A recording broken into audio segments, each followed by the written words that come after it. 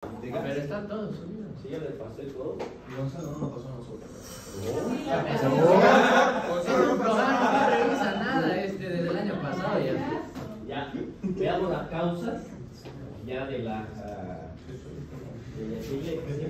Sí, ya sabe. Entonces vamos a hablar de las causas específicas, de cuáles son las que nos van a llevar a presentar este cuadro que es tan singular. Vamos a ver dentro de ellas que nosotros, este está peor, te cuento. ¿Sí? Sí, porque mira, este ya no da. ¿Lo cambio yo? No, ¿Qué hay? Se lo cambio. voy a cambiar yo con la batería, con la otra, creo que está mejor. ¿Es la misma de ayer? Cámara está.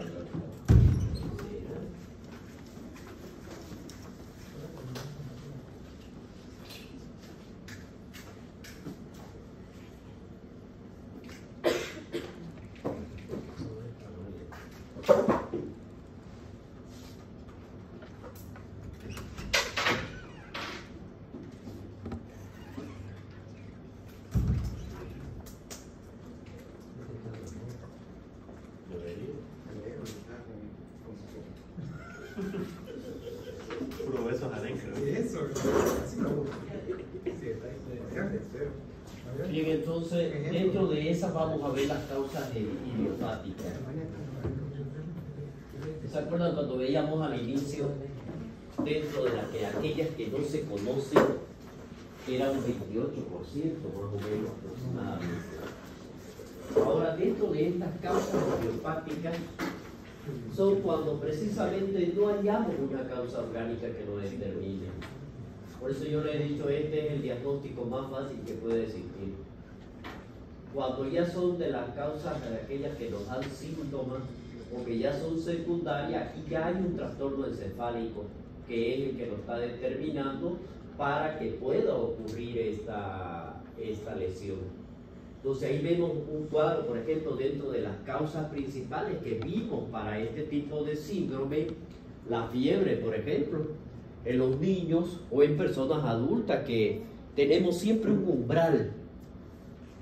Un umbral significa que hasta aquí yo puedo aguantar, pero sobrepasado este umbral me va a dar signos, sintomatología. Y dentro de eso la fiebre en los niños.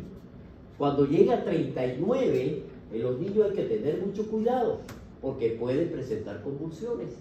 Y una de esas es ese es el umbral.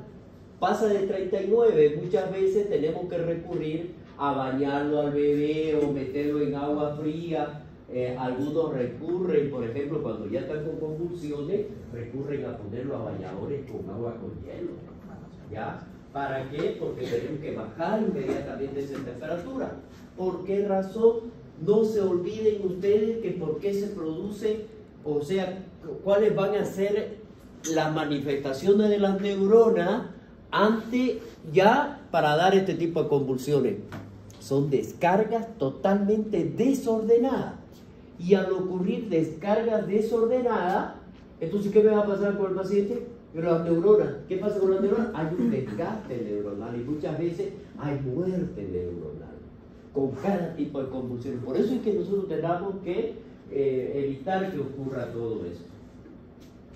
Los trastornos cerebrales por hipoxia, como estábamos hablando del caso del futbolista, ya hipotensión arterial, ACV, anemia, ya procesos que irritan la corteza cerebral como los tumores, traumatismos, abscesos, quistes, exudados, alteraciones metabólicas como de tipo hídrico, edema cerebral, del potasio en caso de una hipopotasemia, por ejemplo, de los hidratos de carbono como una hipoglicemia, o de las proteínas como el caso de la uremia, o de las porfirinas como el caso de la porfiria, o inclusive cuando existe una hipocalcemia.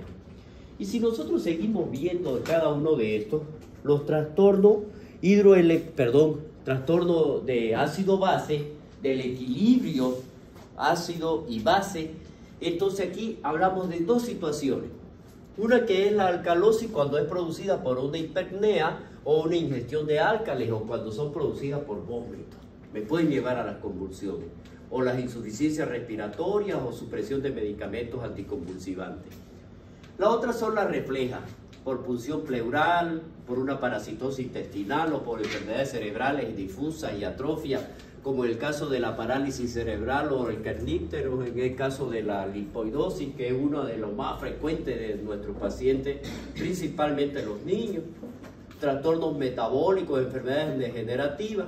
Dentro de estos trastornos metabólicos podemos ver la diabetes inclusive, la eclampsia, ¿ya? Que es un trastorno en el cual se sube la presión arterial en una mujer embarazada. También me puede llevar a lo mismo. Trastorno farmacológico provocado por el alcohol, plomo, arsénico, estricnina, cardiazol o monóxido de carbono. ¿Cuáles van a ser las pruebas que nosotros vamos a recurrir para que van a llevar a la producción de estas crisis convulsivas? Principalmente la prueba de la hiperventilación o la prueba del cardiazol o la prueba de hidratación. El paciente aquí debemos tomar el doble de agua por día para provocar esto. Miren ustedes, o el reflejo del seno carotídeo.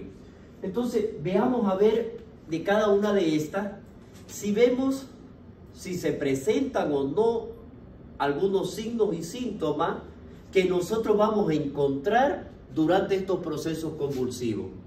Y vamos a ver en cada uno de ellos. Dijimos que son dos, las parciales y las generalizadas, ¿no es verdad? Las parciales cuando puede ser segmentado o dirigida a un segmento del cuerpo. Vamos a ver aquí, dentro de esta, cuáles serían las generalizadas, por ejemplo. Vamos a ver dentro de esta las crisis de ausencia, las convulsiones tónicas clónicas, las atónicas, las tónicas, la mioclónica. Cuando hablamos de estos tipos de convulsiones, ya se los expliqué ayer.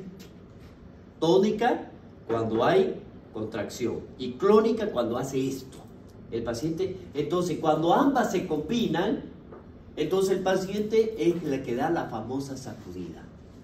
¿Ya? Y eso es lo que nosotros tenemos que ver. Y la mioclonía son cuando son en ciertos sectores. El gran mal epiléptico, que lo vamos a conocer como estatus epiléptico, sí va precedida por aura. Es decir, tiene un preaviso el paciente. Puede ser centelleo, pueden ser visuales, pueden ser ganas de vomitar, que son orgánicas, pueden ser mareo, que él lo sienta antes, 2 horas antes, o 1 hora antes, o 3 minutos antes de que le ocurra. Los disturbios psíquicos, como alteraciones del carácter, por ejemplo.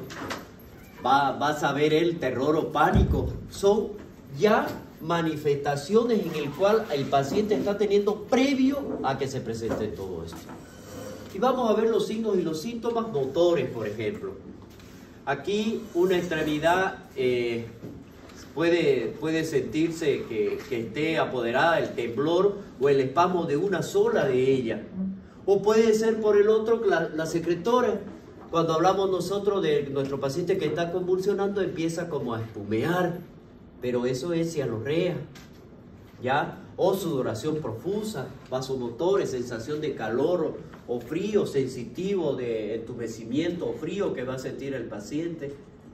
Los sensoriales dentro de esto, los zumbidos, silbidos, eso lo percibe el paciente, ¿ya?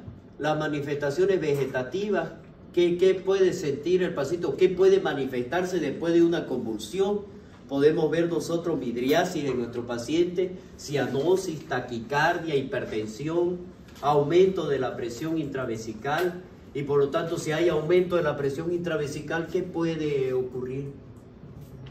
Que nuestro paciente se orine. Muchas veces se orina.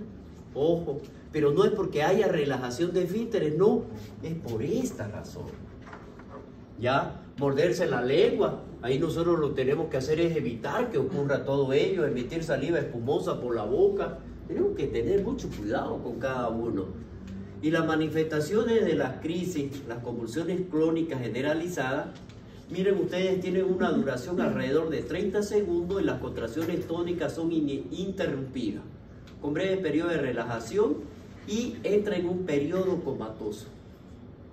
Y ese periodo comatoso de su paciente va a dar entre 15 y 60 minutos aproximadamente. Si hablamos de 15 a 60 minutos, donde el paciente prácticamente ya ha perdido la conciencia.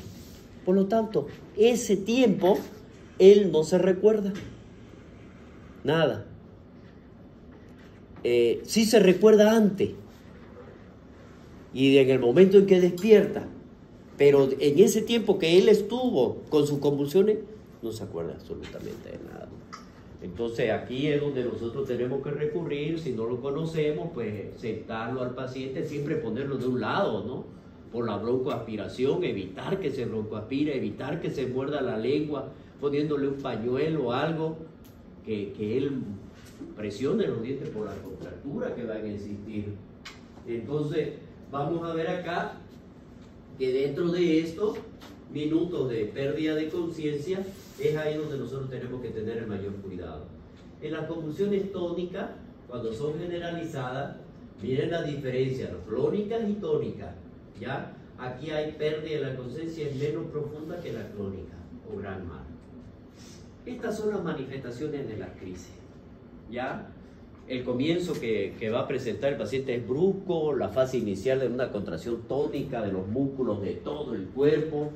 Imagínense todo endurecido, se pone tenso, ya como si tuviera un espasmo, ya incluida la musculatura laríngea, emisión de un grito típico, así grita el paciente y da miedo. La persona que no sabe qué es lo que está ocurriendo, le da miedo. Por esto de aquí, mandibular con posibilidad de mordida de la lengua. Se altera la respiración, las secreciones se acumulan en la orofaringe y el paciente se vuelve cianótico porque no puede respirar. Por lo tanto, nosotros tenemos que ponerlo de un lado para evitar la broncoaspiración. Hay un aumento del tono simpático con aumento del ritmo cardíaco, ahí hay frecuencia cardíaca aumentada, hay taquicardia, la presión arterial, hay midriasis. A los 20 o 30 segundos ya comienza la fase clónica. Ojo, tónica, que está endurecida, tónica, y luego clónica. Y es eso lo que va a ocurrir. Y ahí empieza la sacudida del paciente. Cuando son con periodos de relajación, no vienen estos periodos de sacudida, porque tienen periodo de relajación. Comienza la clónica, aproximadamente 1 minuto de duración, que se produce al superponerse sobre las contracciones musculares tónicas, periodo de relajación que aumentan progresivamente. La fase postictal, es decir, después de que sucedió el caso, aquí vamos a ver que hay ausencia de respuesta. El paciente quedó flácido, totalmente flácido. Hay salivación excesiva, hay incontinencia vesical, cefalea, dolores musculares, porque ya viene la relajación completa del paciente. En el estado del gran mal epiléptico, o también llamado estatus, ya cuando los ataques del gran mal se repiten de forma subintrante, es decir, no hay una recuperación del sensorio, se acompaña de hipertermia. Cuando estamos esto aquí y el paciente presenta esto de aquí, el pronóstico es grave, principalmente si se tratan de niños, ¿ya? Y eso es lo que hay que tener mucho cuidado. Estas son las famosas crisis de ausencia, las ausencias típicas. ¿Qué es lo que lo caracterizan a esto? Son breves, son repentinos lapsos de pérdida de conciencia, sin pérdida del control postural, como les dije ayer. El paciente sabe que ya le va a venir y se agarra de algo. ¿Qué pasa? Yo tenía un profesor en Sucre de demografía. Vaca, apellidada, el doctor era acá de Montero. Entonces él hacía esto. Se apegaba al escritorio. Demografía es lo que ustedes llevan, medicina social. Medicina social, ¿ya? Entonces, ¿qué era? Él agarraba y se apegaba por lo menos unas 2 o 3 veces en toda la clase. Y se apegaba a su escritorio. Y después preguntaba, le pasaba un ratito y decía, ¿dónde quedamos? Ese era el espacio que él le daba. Como ya lo conocíamos, ya nosotros le dábamos. Ya de segundo de duración y sin confusión postictal. Suele acompañarse de movimientos de parpadeo, masticación o clónico de pequeña amplitud de las manos. Entonces eso es bien característico. Cuando hay convulsiones parciales son simples, incomplejas, pequeño mal también se lo llama. Estas ya vamos a ver que se representan por ausencia, son súbitas, son breves. La breve interrupción de la conciencia que dura segundos. Si el enfermo aquí interrumpe su ocupación y permanece inmóvil, lo que yo les comentaba, ya desarrolla movimientos automáticos el paciente.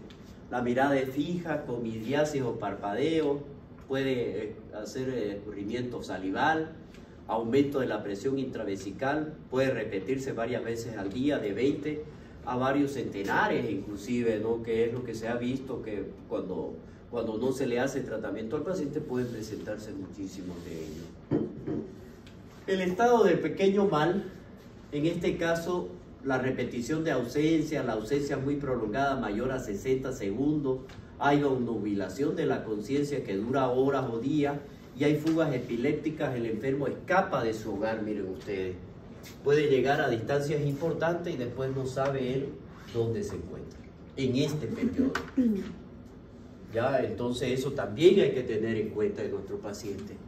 Las crisis localizadas o focales, en las epilepsias parciales jacksonianas, las convulsiones clónicas que son limitadas a parte del hemicuerpo opuesto, tipo facial comienza por la cara, a veces se extienden a los miembros, o braquial, tipo crural comienzan por los dedos, el temblor, y luego la mano, luego el brazo, luego el antebrazo y luego todo el miembro. Y eso es algo característico. Y el paciente dice, doctor, empieza siempre el temblor por este dedo y después me toma toda la mano y después el brazo, después todo el brazo. Eso refiere al paciente. Entonces ustedes ya tienen que empezar a pensar en esto. Cuando son adversivas, consiste en movimientos de rotación de la cabeza en dirección al hombro del lado opuesto. Es decir, hay flexión del antebrazo sobre el brazo, el paciente hace esto, desviación del ojo hacia el otro lado, conserva la conciencia, pero el paciente está presentando todos estos signos sintomatológicos y no pasa nada malo. Y él se acuerda de todo, o sea, él está consciente de lo que le está pasando y él lo está viendo así. Y luego pasa. Entonces, algo está pasando en el otro lado. Entonces, tenemos que buscar nosotros, ya tenemos la causa. Busquemos cuál es. O sea, no siempre verlo al paciente porque consulta con nosotros y decir, ¿qué pasó? Si solamente es esto, no, ya pasar, le doy medicamento, un anticonvulsivante y punto. No. Hay que buscar cuál es la causa porque puede venir más y va a ser peor. Por eso el diagnóstico, miren ustedes. Lo más importante de todo esto en las crisis epilépticas son los datos clínicos, con la exploración, los datos de laboratorio, que aquí nosotros vamos a ver que los datos de laboratorio que nos van a dar pueden ser inclusive normales o inapropiados, inespecíficos, es decir, no me dicen nada, a no ser que la causa sea metabólica. Ojo, a no ser que la causa sea metabólica. Por lo tanto, aquí lo que más importante dentro de esto, ¿qué sería? Realizar una buena historia clínica. Bien, exhaustiva, interrogando. Ya, claro que no vas a interrogarlo mientras esté convulsionando, ¿no? Después. Ya, tiene que ser al paciente, a los testigos, a los parientes principalmente. Porque aquí que no recuerda el paciente qué es lo que le ha pasado, pero los que estaban viendo sí saben qué le pasó, para que nos den idea de qué tipo de convulsiones eran. En primer lugar, aquí lo que nosotros debemos aclarar es que nos encontramos verdaderamente en una clase epiléptica. Es decir, estamos frente a una crisis, a eso está diciendo. Eso es lo que primero que nosotros tenemos que identificar. ¿Es una verdadera crisis epiléptica? ¿Ya? Para la cual acá nosotros, ¿qué es lo que tenemos que hacer? Estudiar estos síntomas que ocurrieron antes, que ocurrieron durante y después de la crisis. Una vez que nosotros confirmamos que evidentemente estamos frente a una crisis epiléptica, entonces, ¿qué es lo que debemos hacer? Indagar cuál es su posible etiología, cuáles han sido sus antecedentes personales, ha tenido traumatismo encefalocraneano, ha tenido accidentes cerebrovasculares, hay tumores, malformaciones vasculares, tóxicas, infecciones, historia familiar, antecedentes perinatales, desarrollo psicomotriz, es decir, crisis febriles que haya tenido. Sí, investigamos todo. Por lo tanto, la historia clínica viene a ser el principal método diagnóstico que nosotros debemos tener. Una vez que tenemos al paciente epiléptico conocido, aquí nosotros tenemos que valorar cuáles son esos factores que desencadenaron esta crisis.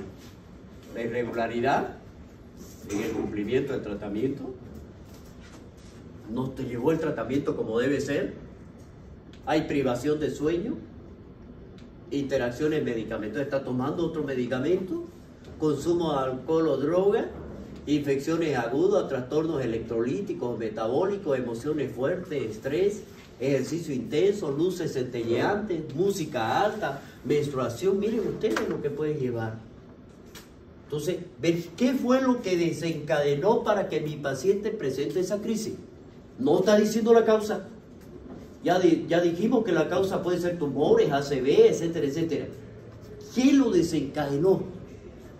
Estos son los motivos que pueden desencadenarlo. La exploración física general y neurológica, todos los pacientes requieren una exploración general. ¿Qué es lo que buscamos acá? Datos que nos vayan a orientar si tiene un signo de un trauma cefalocraneano, de consumo de droga, de alcohol, de anomalía en la ocultación cardíaca, en las carótidas. Vamos a ver si hay o no hay enfermedades cerebrovasculares. Vamos a ver y vamos a realizar una exploración neurológica minuciosa. ¿Para qué? Para buscar datos que focalicen. Es decir, no olvidar siempre el estudio de fondo de ojo. Siempre hay que hacerlo. Por lo tanto, en la anamnesis que ustedes van a ver, siempre hay que documentar la forma clínica de inicio. Si fue focal, si progresó o no hacia otro segmento, la duración, presencia, ausencia y compromiso de la conciencia, parcial, simple o compleja. Si hubo un aura, especificar qué tipo de síntomas se asociaron a esto. La duración del periodo postictal, si fue focal, si progresó hacia otro segmento, antecedentes familiares de las convulsiones, tiempo de evolución, esquema de medicación, antecedentes de otras patologías neurológicas o antecedentes de enfermedades sistémicas, antecedentes socioambientales, exposición a fármacos, a sustancias, abuso de sustancias, tóxicos. Es decir, miren ustedes, en la anamnesis, aquí ya me lo agrupa. ¿Qué es lo que yo tengo que hacer énfasis en ello? Y en el examen físico, siempre valorar la conciencia. Vamos a darle un puntaje al Glasgow, inspección del paciente, la medida de sostén, el examen neurológico. En esta inspección del paciente debemos ver si hay o no hay politraumatismo, si han habido abusos o maltrato, piquete de jeringas, es decir, hacemos un examen exhaustivo, minucioso, en el examen físico general. Y aquí vamos a ver el neurológico propiamente, es decir, todo lo que avanzamos anteriormente, ven, con el examen neurológico, los pares craneanos, el reflejo toteo, valoración de la taxia, etcétera, de todo.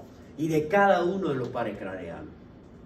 Para ver qué me está afectando. Y dentro de la prueba complementaria, ¿qué es lo que nosotros, una vez que ya hemos recabado la información, dijimos lo principal mediante la historia clínica? Eso es el que me va a dar la anamnesis. Ahora, ¿qué voy a requerir yo para poder completar este estudio? Y ahí ya dijimos también con los exámenes de laboratorio, si bien me van a dar algo, no me dan mucho, a no ser que la causa sea metabólica. Y veamos nosotros dentro de esos laboratorios, ¿qué es lo que voy a pedir yo? Siempre un hemograma, el bioquímico, dentro de esto electrolitos, la glucosa, calcio, magnesio, CPK, creatina fosfoquinasa, quiere decir función renal y hepática, tóxicos en sangre y orina, acá para valorar lo que es la función respiratoria y alteraciones metabólicas, los gases, los niveles de fármacos anticomisionales para ver pacientes tratados, cuáles van a ser, estudios neuroradiológicos, radiografía de tórax, tomografía de cráneo, resonancia magnética, encefalografía, arteriografía, esteroctasia. Y dentro de esa, ¿qué nos va a permitir la tomografía o la imagen de resonancia magnética? Si existe alguna anomalía estructural.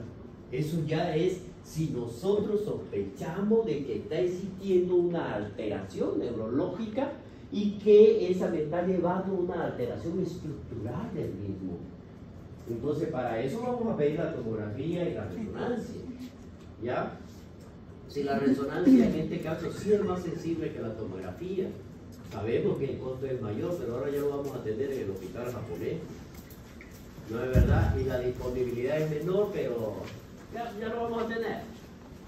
La tomografía, ojo, no, pero la tomografía ahora sí ya me da muchas cosas ya.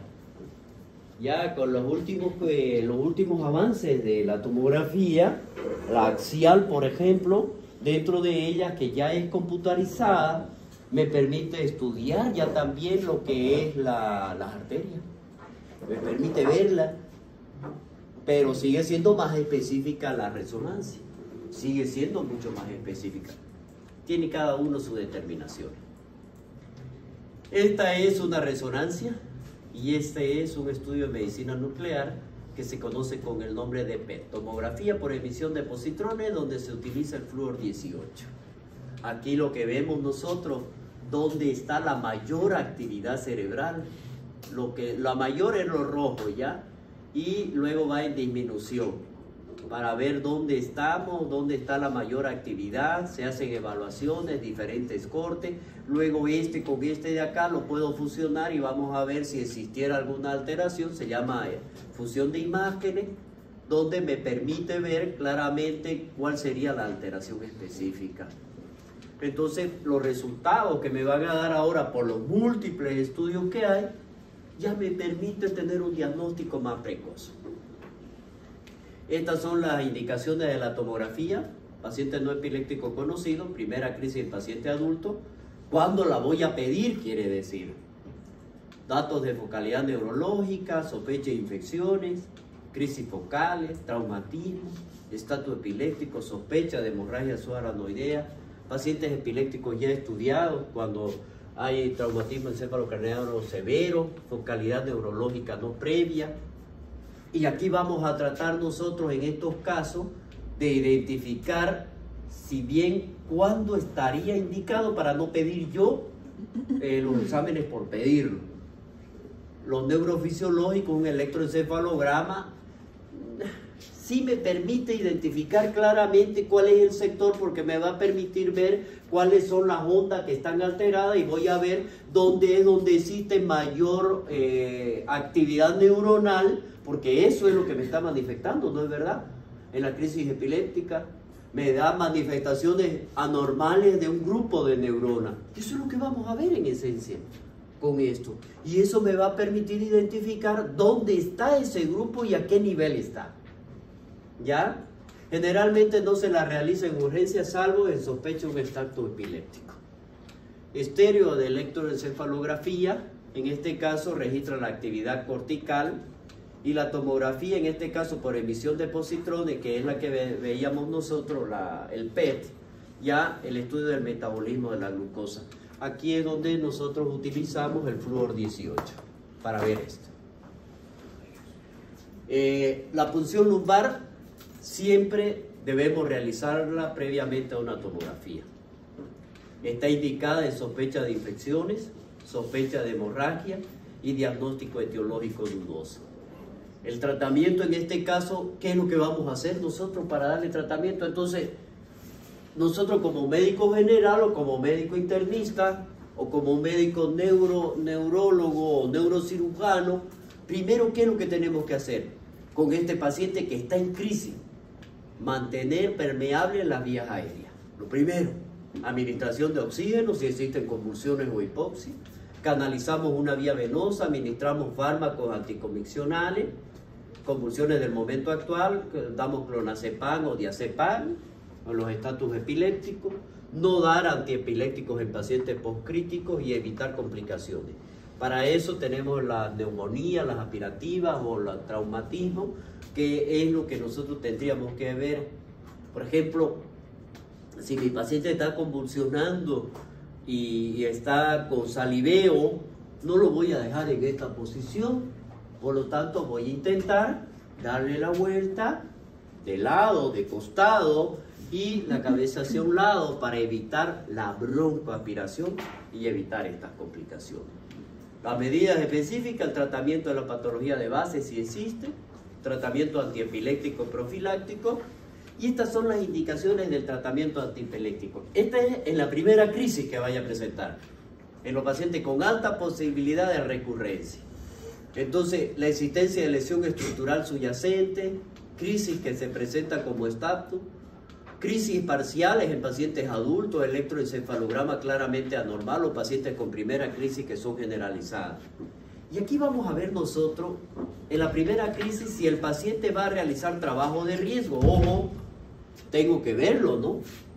Si mi paciente es epiléptico y trabaja de maquinista, ojo, el maquinista es el que maneja las grúas, las grandes, o sea, las orugas. Imagínense que le dé su crisis, lo que puede pasar, o que trabaje en las alturas, en aquellos que la CRE, por ejemplo, que trabajan colocando los cables. Imagínense que sea cirujano. Sí, también, digamos. Ya, entonces, sí, imagínate. Ya, entonces tenemos que ver esto, qué trabajo es el que está realizando el paciente. Crisis recidivante, excepto si se han identificado factores desencadenantes o largo periodo. ¿Cuáles serían los fármacos entonces que nosotros vamos a recomendar según el tipo de la crisis? Por ejemplo, solamente son ejemplos, ¿ya? Porque eso va a depender del caso clínico. Aquí me está dando las pautas simplemente para que nosotros podamos proseguir. Las crisis generalizadas, tónica crónica, podemos dar el ácido valproico, la motrigina, carbamazepina, fenitoína. En caso de ausencia damos el ácido valproico, el clonazepam o la estucimida. La crisis mioclónica damos el ácido valproico, el clonazepam y la lamotrigina, o la crisis parcial, la carbamazepina y el ácido valproico. Miren ustedes, el ácido valproico fue el que vino y dio la pauta general para todas las crisis epilépticas, y es el que se sigue utilizando.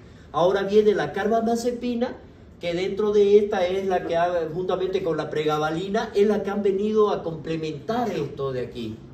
La lamotrigina, el paciente, por ejemplo, que sufre de crisis epiléptica, siempre va a tener el clonazepam. Este es un antiepiléptico. El diazepam, que es el que utilizamos nosotros durante la crisis. Coloco un diazepam. Sí, el diazepam. Una pregunta, doctor, el ácido valproico ya no se usa, ¿no? No, ese es el que dio las pautas para todo. Pero ahora ya no está recomendado tanto. Es uno de los que, si bien, por eso les digo, es una guía en la cual me está diciendo, puedo yo utilizar, porque ya ahorita pues existen hartísimos derivados del mismo, como le estaba nombrando yo, la carbamazepina, la pregabalina, que son las que me van a permitir. Siempre va a depender muchísimo del caso clínico, porque puedo tener opciones para esto. Son estas las que me están dando. Ya entonces, pues nuestro paciente epiléptico es el que la va a sufrir siempre. Es como aquel paciente reumático cuando avancemos reuma. Ese se la conoce todinga. Y ha ido por todingo los médicos. Y ha transcurrido por todos los médicos porque le dicen, no, este es el mejor médico.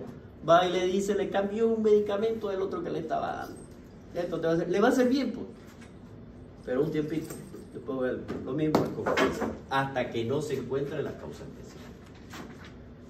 Tratamiento de los estatus de zona de crisis, aquí vamos a dividir en 3 fases. ¿Sí? En el minuto 0, aquí la evaluación inicial y las medidas generales, porque en el minuto de 5 a 20 ya tenemos que dar un tratamiento farmacológico inicial, y más allá del minuto 20 ya nosotros tenemos que hacer el tratamiento de todo este estado convulsivo, que es refractario, es decir, puede venir y cuáles van a ser las consecuencias de ella. Estas 3 fases siempre las tenemos que tener presentes. ¿Qué es lo que vamos a hacer en el inicio?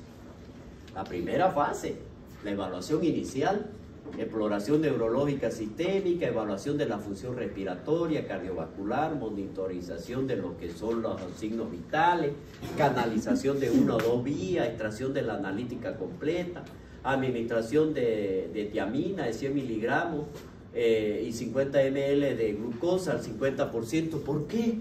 Porque durante el proceso mi paciente por hipoglicemia no me va a hacer convulsiones. Mejor dicho, por hiperglicemia. Si bien me puede hacer magnífico, no importa, ¿ya? Pero no van a ser tan intensas como son aquellas por hipoglicemia. Por lo tanto, esta recomendación que dan en este cuadro es principal. La glucosa al 50%, y se lo hacen bolo. Muchas veces esos estados metabólicos son los que hacen que el paciente recupere inmediatamente después de ello. La corrección del posible desencadenante, fiebre, hiponatremia, acidosis o deshidratación que nos puede llevar. Si nosotros vemos acá, en la segunda fase del tratamiento farmacológico, la benzodiazepina, esta es la primera línea. Y dentro de la primera línea tenemos el diazepam o el midazolam. Si no cede los 5 minutos, después de administrarle cualquiera de ellos, no los dos, cualquiera de ellos, entonces volvemos a repetir. Intravenoso, las opciones son la levetiracetam, esto ya dependiendo de cómo están, no debemos usarla en personas embarazadas o que esté dando lactar. Debemos ajustar si nuestro paciente tiene insuficiencia renal. El ácido valproico, si en caso de que existiera y nosotros pudiéramos, siempre hay que tener mucho cuidado si tiene alguna alteración de la coagulación o es hepatópata. La fenitoína, y aquí vamos a ver nosotros que cada una de estas que me van a dar son opciones que yo debo seguir para poder tratar a nuestro paciente posterior a esto. Porque viene el estado convulsivo refractario, que es el que me puede dar lugar a otras convulsiones. A pesar de que nosotros hubiésemos hecho todo lo anterior, las crisis pueden continuar y no encontramos en este caso nos vamos a encontrar ante un estatus refractario. Entonces aquí nuestro paciente ya no debe ser tratado en una emergencia cualquiera, sino que debe ser llevado a una unidad de cuidado intensivo. Porque el paciente se lo tiene que sedar y tratar. Paciente hemodinámicamente estable, iniciamos tratamiento con fenobarbital. Si el paciente está inestable, entonces se le hace una anestesia general, se lo entuba al paciente y se lo induce al coma con barbitúrico. ¿Ya? ¿Eso para qué? Para que podamos nosotros identificar y encontrar cuál ha sido la causa y por qué entró a este estatus epiléptico o a esta crisis epiléptica. Doctor, si se lo induce al coma, ¿cuánto tiempo lo van a mantener? Hasta que vos querrás. Eso es tiempo indeterminado, siempre y cuando nuestro paciente nosotros encontremos cuál ha sido la causa y evitemos ello, porque son inducciones comatosas de tipo barbitúrico que nosotros podemos ir regulando, ir quitándole de a poco.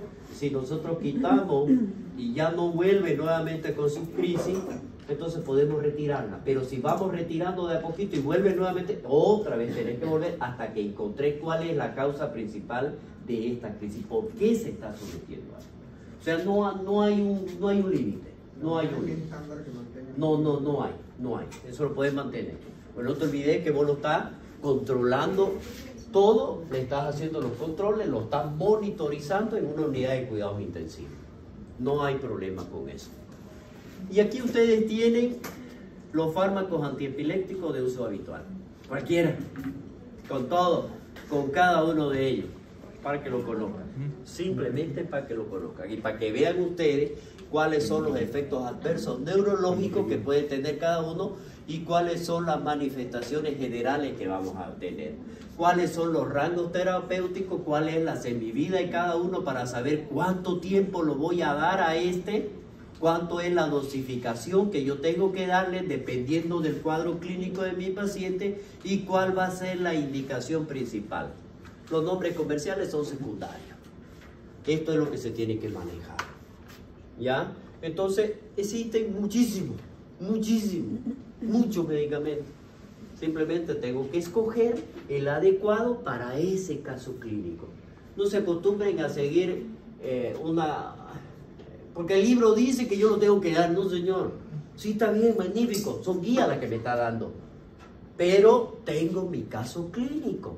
El caso clínico es el que ustedes tienen que manejar. Saber manejarlo para poder indicarle el tratamiento adecuado que debe ser para él. Para cada paciente puede ser totalmente diferente. Lo mismo. Bueno, lo mismo, miren ustedes. ¿Qué es? Tanto que hemos hablado, dije voy a procurar que comprendamos más específicamente qué es un estado. En este caso, si hablamos de una epilepsia. Y aquí vamos a ver nosotros que dentro de esto, según los criterios de esta Liga Internacional contra la Epilepsia en el 1981, la definen como una situación continua de crisis o crisis intermitente, sin recuperación de la conciencia entre crisis, es decir, entre estas de aquí, o crisis de duración mayor a los 30 minutos.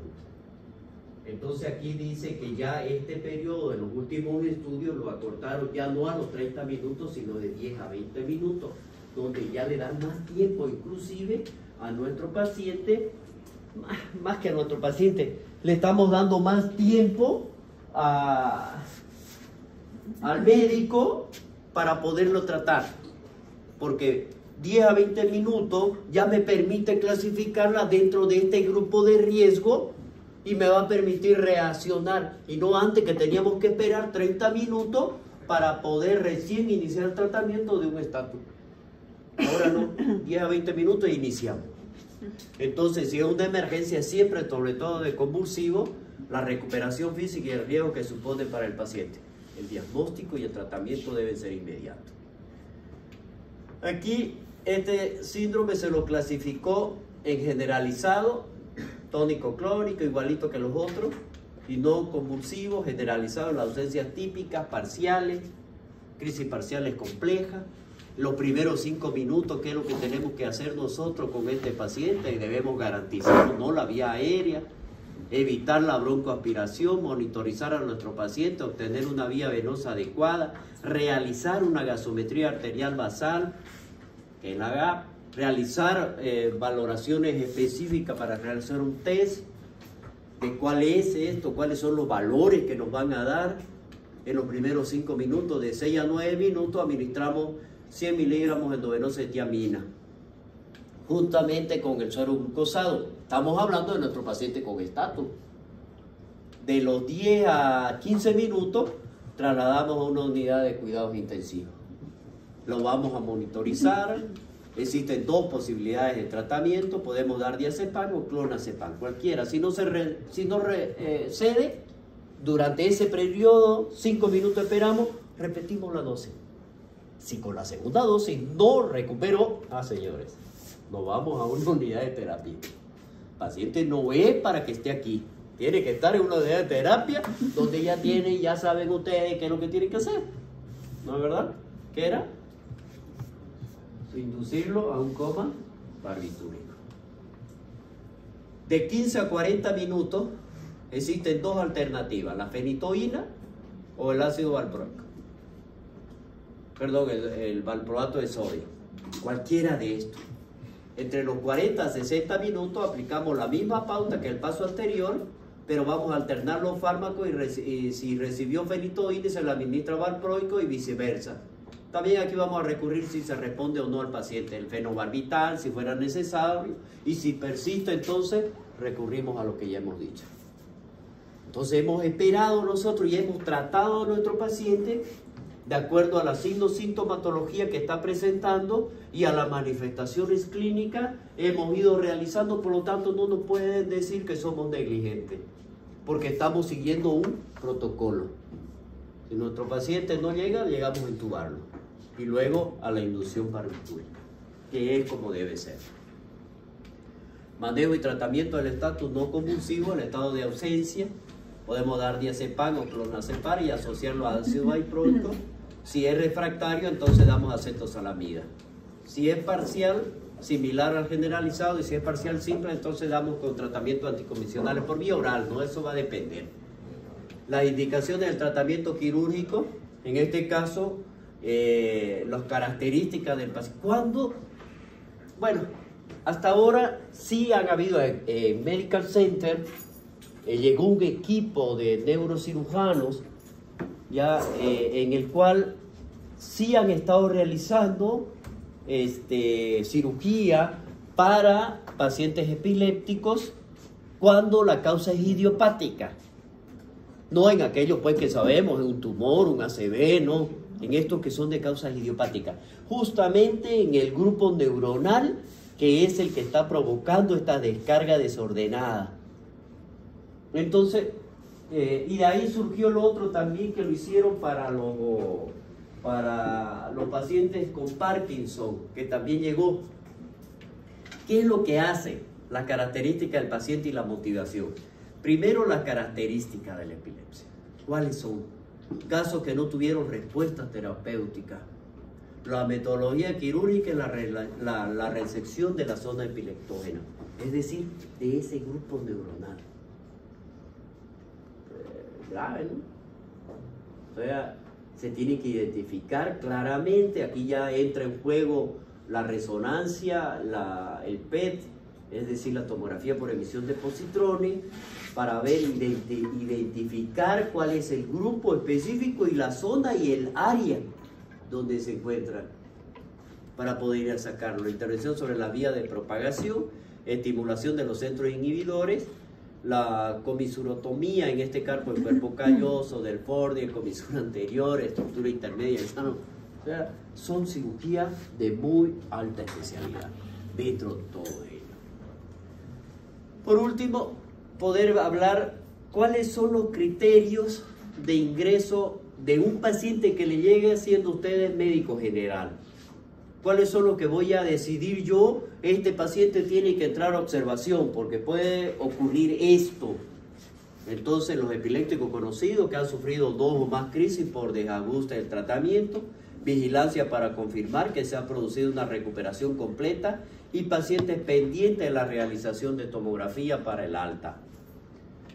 ¿Cuáles son los ingresos en planta? Es decir, de aquí de observación va a pasar a planta y no a terapia. Estatus epiléptico, ¿dónde va a entrar? A UTI. Varias crisis de 24 horas, sospecha de patología subyacente, no recuperación completa tras la crisis, determinadas situaciones sociales, presión familiar, nadie que se haga cargo. Entonces, me está permitiendo a mí decidir quién va a UTI y quiénes yo tengo que pasarlo a planta de forma directa. Aquí vamos a ver nosotros, por ejemplo, dentro de estos cuadros específicos y de decidir quién va a dónde, esos son criterios médicos. Y eso ustedes, de acuerdo a lo que hemos visto, de acuerdo a cómo es que se están presentando, pues es fácil darse cuenta quién se va a terapia, quién se queda en observación y quién se va a planta. Bien, chicos, se puede retirar, no va a tomar lista.